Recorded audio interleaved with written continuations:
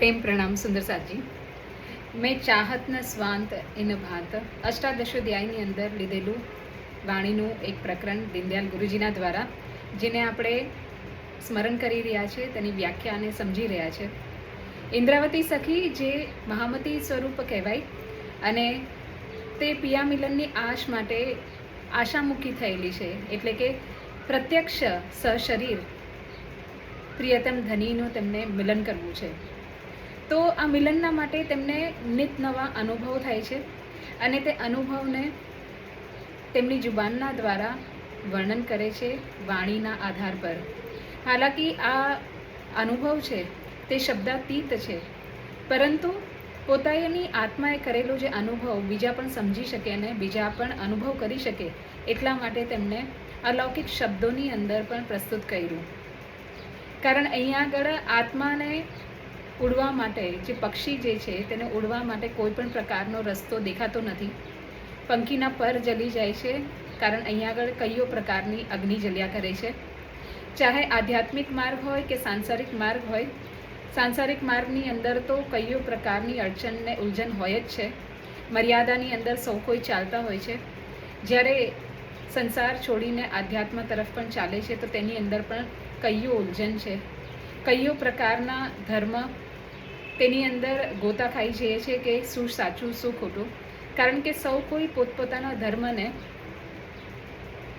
ખૂબ જ સુંદર અને ઉપરયુક્ત બતાવવા માટે તર્ક વિતર્ક કરીને એક આત્માને પોતાની તરફ ખેંચે છે, પણ સાચું શું જૂઠું શું કોઈ પણ સમજાવી શકતું નથી. અખંડની વાત શાસ્ત્રની અંદર લખેલી છે, પરંતુ એટલી ઓછા માત્રામાં છે કે કોઈને તે વાંચીને પણ જાય છે, પરંતુ કોઈને સમજાતું નથી કે કયા અખંડ સ્વરૂપની ક્યાંની વાત થાય છે. તો અહીંયા આગળ મહામતી ક્ષરથી પરે, અક્ષરથી પણ પરે અક્ષરાતીત બ્રહ્મધામની અંદરની વાત પ્રસ્તુત કરી રહ્યા છે કે જે બ્રહ્મધામથી બ્રહ્માત્માઓ અહીંયા આગળ ખેલ જોવા આવી અને ખેલ જોઈને તારતમ જ્ઞાનના માધ્યમથી પુનઃ પરમધામની અંદર જાગૃત થઈ રહી છે. પોતાની પરાતમને અહીંયા બેઠા બેઠા જોઈ રહી છે, જાગ્રત અવસ્થાનો અનુભવ કરી રહી છે. અહીંયા ધામધની આપણને સ્વપ્નની અંદર જ, જે સંસાર સ્વપ્નિક છે એની અંદર જ જાગ્રતનું જ્ઞાન કરાવી દીધું, જાગ્રતની અવસ્થા દેખાડી દીધી. કારણ એ અનહોની હક્કે કરી, કાં તો સ્વપ્ન હોય કાં તો જાગ્રત અવસ્થા હોય, પરંતુ સ્વપ્નની અંદર જ જાગ્રતનો અનુભવ કરાવવો એ ધામધનીની ખૂબીની વાત છે. એ ચાહે જે પણ કરે. તો અહીંયા જે પણ થઈ રહ્યું છે, થયું પહેલાં વ્રજ અને રાસની લીલા અને હમણાં જાગનીની લીલા થઈ રહી છે અને આગળ પણ થતી રહેશે, એ ધામધનીના જ પૂર્ણ બ્રહ્મ પરમાત્માના જ હુકમના અનુસાર થઈ રહ્યું છે.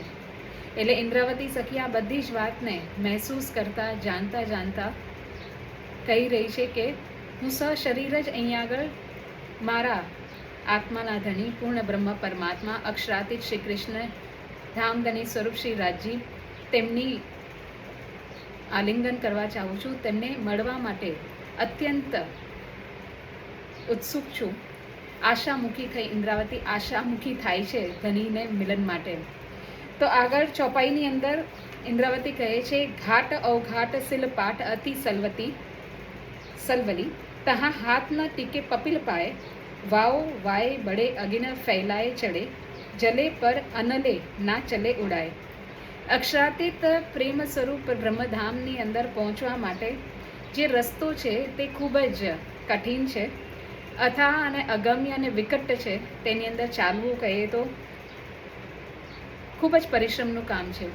જેમ કે સંગે મરમરના પથ્થરના સદૃશ્ય, તેમજ જે અહીંયા આગળ લીલ અને શેવાળ યુક્ત જે જમીન હોય છે, જેની અંદર પગ ટકી શકતો જ નથી, તેમાંથી લપસી જઈએ છીએ. અને સંગે મરમરના પથ્થર સદૃશ્ય આપણા દિલને કહી દીધું, કારણ કે આપણું દિલ જ કઠોર હોય છે, જે દિલ ક્યારે પણ માનવા માટે, સમજવા માટે પ્રયાસ કરતું નથી.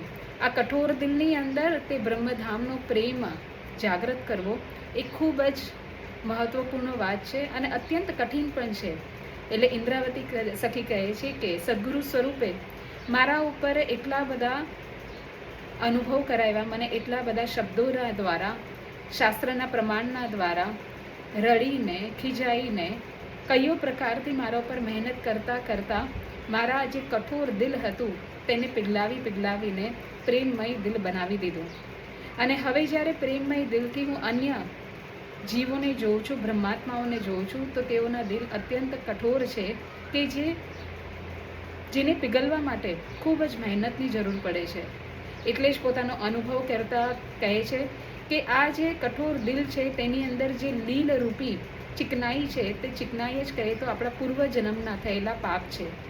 અને તે પાપ પરથી જ આપણે ચાલતા હોઈએ છીએ. અને તેને પાર કરવો, જે પણ આપણે કર્મ કરીએ છીએ જે અત્યંત કઠોર છે, જે આપણે સમજી શકતા નથી, અને ઉપર આપણે કહીએ તો અનર્થ કરીએ છીએ, તો તેને પાર કરવું ખૂબ જ મુશ્કેલ છે. અને તેને જ લીલ ભરી ચિકનાઈ કીધું છે.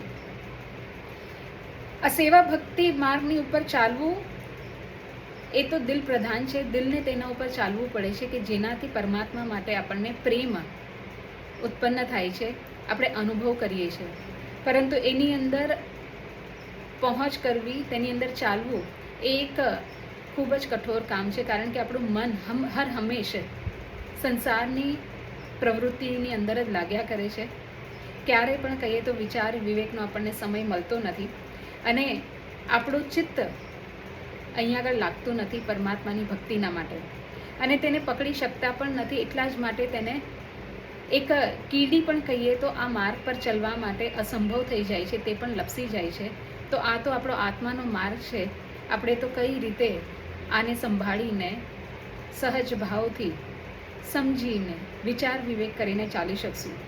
કદાચ યેન કેન પ્રકારે આપણે ચાલીએ પણ ખરા, મહેનત કરીએ, કઠોર દિલને આપણે પીગલાવીને ભક્તિની અંદર રાખીએ પણ ખરા, પરંતુ અહીંયા આગળ સંસારની અંદરની જે જ્વાલાઓ છે, કામ, ક્રોધ, લોભ, મોહ, ઈર્ષા, દ્વેષરૂપી જે આ બધી અગ્નિ જલી રહી છે ઓર જલવા લાગે છે આપણી સામે, જેના લીધે આપણે જે વિશ્વાસ લઈને આગળ ચાલતા હતા તે વિશ્વાસરૂપી આપણી આત્માના જે બે પર છે, જે પાંખ છે, તે કહીએ તો કાપી જાય છે.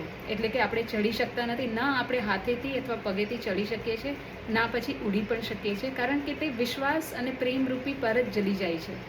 એટલા માટે આ માર્ગની અંદર આપણે ચાલતા નથી અને માર્ગથી ચ્યુત થઈ જઈએ છીએ. તો અહીંયા આગળ ઇન્દ્રાવતી કહે છે એટલે જ પહેન પાખર ગજ ઘંટ બજાય ચલ, પેઠ સક્કોડ સુઈ નાકે સમાય, ડાર આકાર સંભાર જીન ઓસરે, દોડ ચડ પહાડ સિર ઝાંપ ખાય. હે આત્માઓ, શીલ અને સંતોષને આપણે ગ્રહણ કરવા પડશે, એનો પોશાક આપણે પહેરવો પડશે. કારણ કે આ શીલ અને સંતોષ દ્વારા જ આપણે મક્કમ થઈને એક દિશા તરફ જઈ શકશું. યદિ આપણામાં સંતોષ નહીં હોય, ધૈર્યતા ધારણ નહીં કરી હોય, તો આપણું મન અને ચિત્તવૃત્તિ સંસારની જ પ્રવૃત્તિની અંદર લાગી જશે. કારણ કે તે જ મોહ લાગશે અને ઈર્ષા લાગશે, અને જેના દ્વારા આપણે એની અંદર જ આગળ જતા રહીશું. તો તારતમ જ્ઞાનના દ્વારા આપણે એક લક્ષ્યને, પરમધામને પકડી અને ધૈર્યતા ધારણ કરી અને પરમાત્માના ચરણને પકડી રાખી શકીએ છીએ. અને આ જેટલી પણ સંસારની વસ્તુ છે તેને એક માધ્યમ બનાવીને જોયા કરવાની હોય છે, ન કે તેની અંદર સામેલ થવાનું હોય છે. આ રીતે પ્રેમ ભક્તિ માર્ગ પર ચાલવાના સમયે નિરંતર વિનમ્રતાના ગુણ ધારણ કરો, ઇન્દ્રાવતી કહે છે.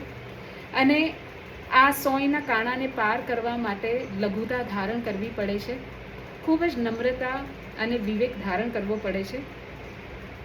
કારણ આ જે પ્રેમ સેવા છે, પ્રભુને પામવાનો જે એક માર્ગ છે, જેની અંદર લઘુતા અને નમ્રતા ધારણ કરવી પડે છે, તેને લઈને પ્રેમ સેવા તો મોટા ઋષિ મહર્ષિ પણ કરી શક્યા નથી. તેઓ પણ પોતાના અહંકારની અંદર જ ચાલતા હોય છે.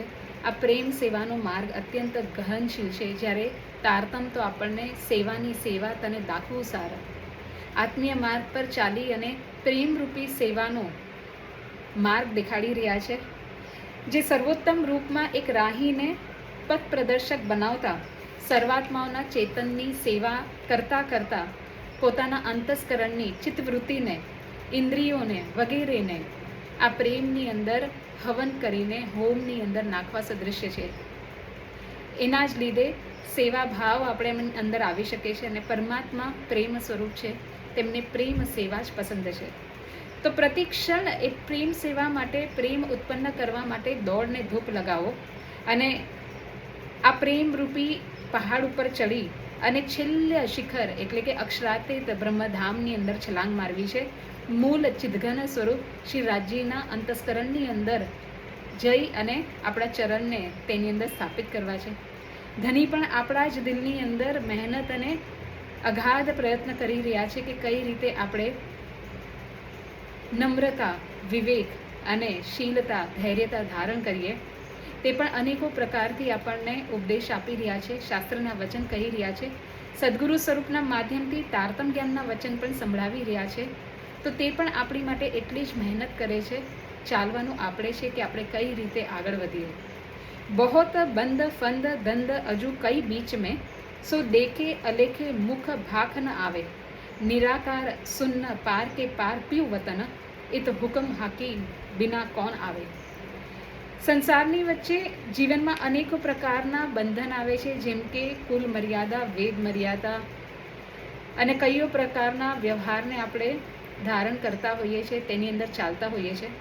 આ બધાની સાથે ચાલતા ચાલતા આપણે એક આત્મીય લાઈન પર પણ ચાલવાનું છે, પરંતુ જ્યારે એની અંદર પણ ચાલીએ છીએ તો કયો પ્રકારની ઉલઝન આવ્યા જ કરે છે.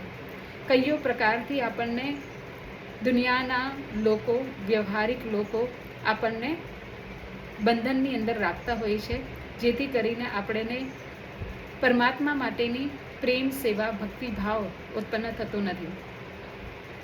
નિરાકાર શૂન્ય પાર કે પાર પીવ વતન.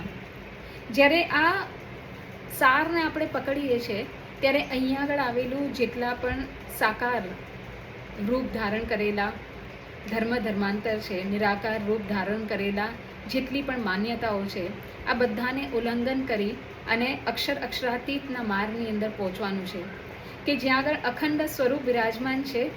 તે પૂર્ણ બ્રહ્મ પરમાત્માના સ્વરૂપની અંદર, શુદ્ધ સાકાર સ્વરૂપની અંદર દર્શન કરવાના છે. અને આ બધું ક્યારે થશે? તો પ્રિયતમ ધામ ધનીની આજ્ઞા વગર કોઈ પણ વસ્તુ અહીંયા આગળ સંભવ નથી. ધામધની સ્વરૂપ આપણને એટલે કે બ્રહ્માત્માઓને પોતાના ધામની અંદર પ્રવિષ્ટ કરવા માટે મહેનત કરી રહ્યા છે. અને બ્રહ્માત્માઓના વગર તો પરમધામની અંદર પ્રવેશ પણ કોણ કરી શકે? કારણ કે ધામ તેઓનું છે, બ્રહ્મધામ બ્રહ્માત્માઓનું છે, તો તે જ તેની અંદર પ્રવેશ કરી શકશે. એ જ આ તારતમ જ્ઞાનને પણ સમજી શકશે અને પ્રેમમય માર્ગની અંદર ચાલી શકશે. મન તન વચન લગે તિન ઉત્પન્ન આસ પિયા પાસ બાંધ્યો વિશ્વાસ કહે મહામતી ઇન ભાત તો રંગરતી દઈ પિયા આજ્ઞા જાગ કરું વિલાસ. ઇન્દ્રાવતી સખી મહામતી દરજ્જામાં પહોંચીને કહે છે કે મારા મન, વચન અને શરીરમાં સર્વાંગની અંદર ક્ષણ પ્રતિક્ષણ ઉત્તરોત્તર પિયા મિલનની આશ છે. મને આ જ શરીરની અંદર, કારણ કે આ શરીરથી આપણે સેવા, ભક્તિભાવ, પ્રેમને ધારણ કરી અને પરમાત્માને પ્રાપ્ત કરી શકીએ છીએ. તો આ જ શરીરના દ્વારા મહામતી સ્વરૂપ ઇન્દ્રાવતીને પિયા મિલનની આશ છે. અને મનથી, વચનથી સહ શરીર તે આશા બાંધી અને બેસેલી છે અને અતૂટ વિશ્વાસની સાથે ધામધનીના મિલન માટે ઝંખી રહી છે. પિયા મિલનની તે શુભ ઘડીનું મુહૂર્તનો ઇંતજાર કરતા હું એકીટશે નિહારી રહી છું, ઇન્દ્રાવતી સખી કહે છે. અને પ્રેમ વિભોર થઈ આનંદમાં મસ્તીથી રહી છે કે હે ધની, આપની આજ્ઞા પ્રાપ્ત થાય તો આપની ચાહનાની, આપને મિલનની મારી ખૂબ જ આશ છે. બધી જ રીતે મારા અંતસ્કરણે અનુભવ કરી લીધો. આ બધા જ મોહ માયાનો પરિત્યાગ કરીને પ્રેમ રૂપી માર્ગની ઉપર ચાલી રહી છું, ભક્તિ ભાવથી સેવા કરી રહી છું. તો હે ધની, તમારી આજ્ઞા હોય તો હું મારી સર્વ સખીઓને લઈ અને પ્રેમાનંદની અંદર, બ્રહ્માનંદની અંદર, પરમધામની અંદર તમારા સન્મુખ પ્રવેશ કરું, જેથી કરીને આ સંસારની અંદરનું જે બંધન છે તેનાથી મુક્ત થઈને અખંડની લીલાની અંદર હું સામેલ થઈ શકું. તો ઇન્દ્રાવતી આ ભાવની સાથે ખૂબ જ સુંદર પ્રકરણ મેં ચાહત ન સ્વાંત ઇન ભાંત પોતાના હૃદયની અંદર આ સંસારના પ્રત્યે કઈ રીતે અનુભવ થયેલો છે અને પરમાત્માના માટે, ધામધનીના માટે કઈ રીતે પ્રેમ ઉત્પન્ન કરી શકીએ તેના આપણને એક એક દૃષ્ટાંતના દ્વારા, અનુભવના દ્વારા આપણી આત્મકલ્યાણનો માર્ગ દેખાડી રહ્યા છે. તો આ જ પ્રકરણની સાથે થોડું ઘણું નહીં, પરંતુ ફૂલ નહીં તો ફૂલની પાકડી સમક્ષ આપણે આપણા જીવનની અંદર ઉતારી શકીએ અને કલ્યાણકારી માર્ગની ઓર જઈ શકીએ, એવી જ મારી શુભકામનાઓ. પ્રણામ.